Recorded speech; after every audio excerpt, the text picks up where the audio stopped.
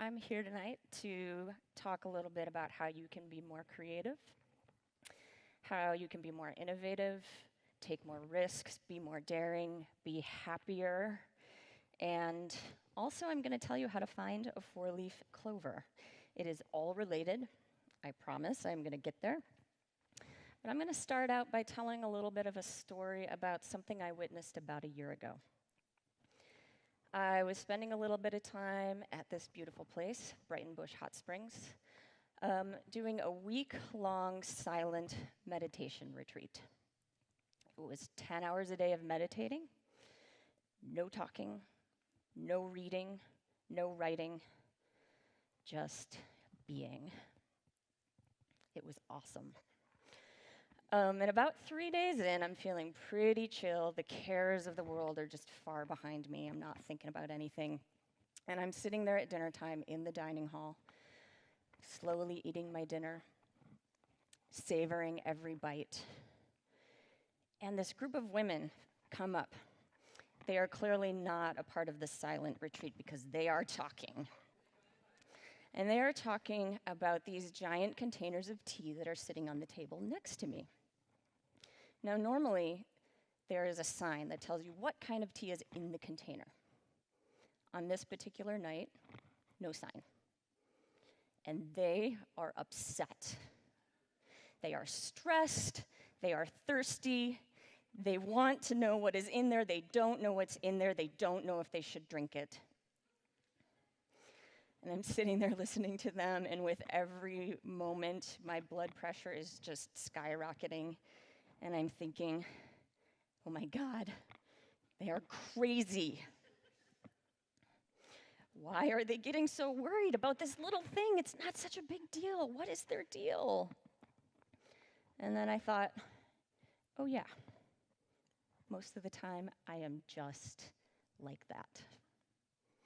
As a matter of fact, most of the time, many of us are just like that. We are afraid. We anticipate bad outcomes before they ever even happen. We prejudge everything. And when we do, we keep ourselves from doing the things we most want to do, from creating beautiful things, from experiencing the things that bring us most joy. But there's an antidote. And I call it observation. And to explain what I mean by this, I'm going to tell you the second half of this story. So I'm still at Brighton Bush. It's a couple of days later, and I'm sitting in the exact same place, slowly eating my dinner, because there's nothing else to do. And this time, two young girls come up to that table where the tea is sitting. They're like 7, 8 years old. And one of them says, "What's in there?" And the other girl says, "I don't know." She gets a glass. She fills it up. She takes a big drink. And she says,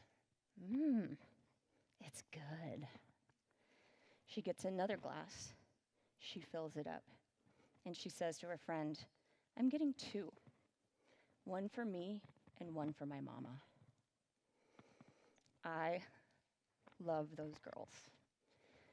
I have thought about them almost every single day since this happened because they understood the secret. And it's this: taste first. Listen, see, smell, touch first. And then decide if you like it. Then you can decide if it's good. Experience, observe, make, do, create, innovate first. And then decide if it's worthy. Then you can judge if it has value. I use this approach every day in my work. I'm a creative director for AHA. We're a marketing agency in town. We do work for some of the biggest brands in the world. I cannot do great creative work for my clients if I'm afraid. And my team cannot do great creative work if they're afraid. I use this approach in my writing. and my own art. And I will tell any of you who are dating, this approach yields fascinating results.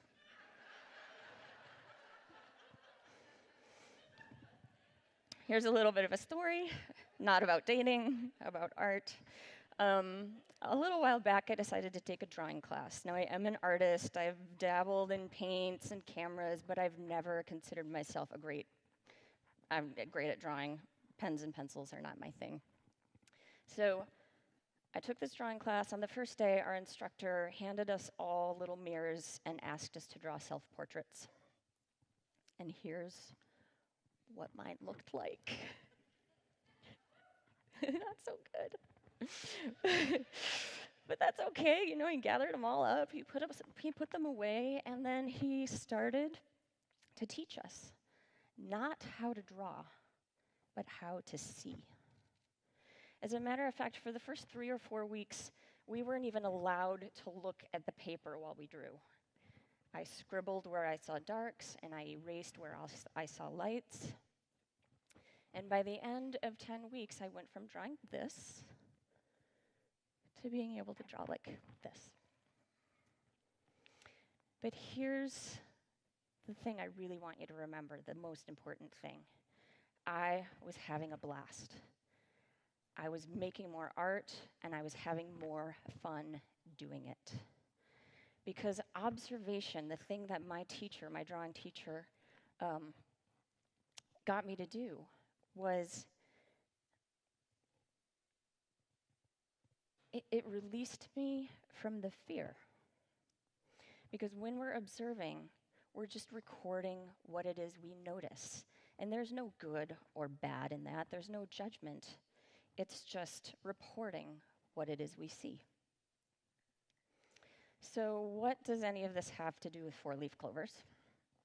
Everything. I'm really good at finding them. I find them everywhere. It annoys my friends to no end. I find them in backyards and parks, and I'm just walking down the sidewalk, and they pop out at me. I truly believe that I am not special. They are abundant. They are everywhere. There are enough for all of us. If you want to find one, here's what you need to do. You need to find yourself a field of clover. Do not look for clover that looks like this. You want to look for clover that looks like this. It's white clover. In my experience, white clover produces 4 leaves more often than any other kind of clover. I don't know why. It's just what I found. Find yourself a field of clover. Sit in it. Observe, look, notice. I guarantee you will find one. And you may be surprised at what else you find, too. Thank you.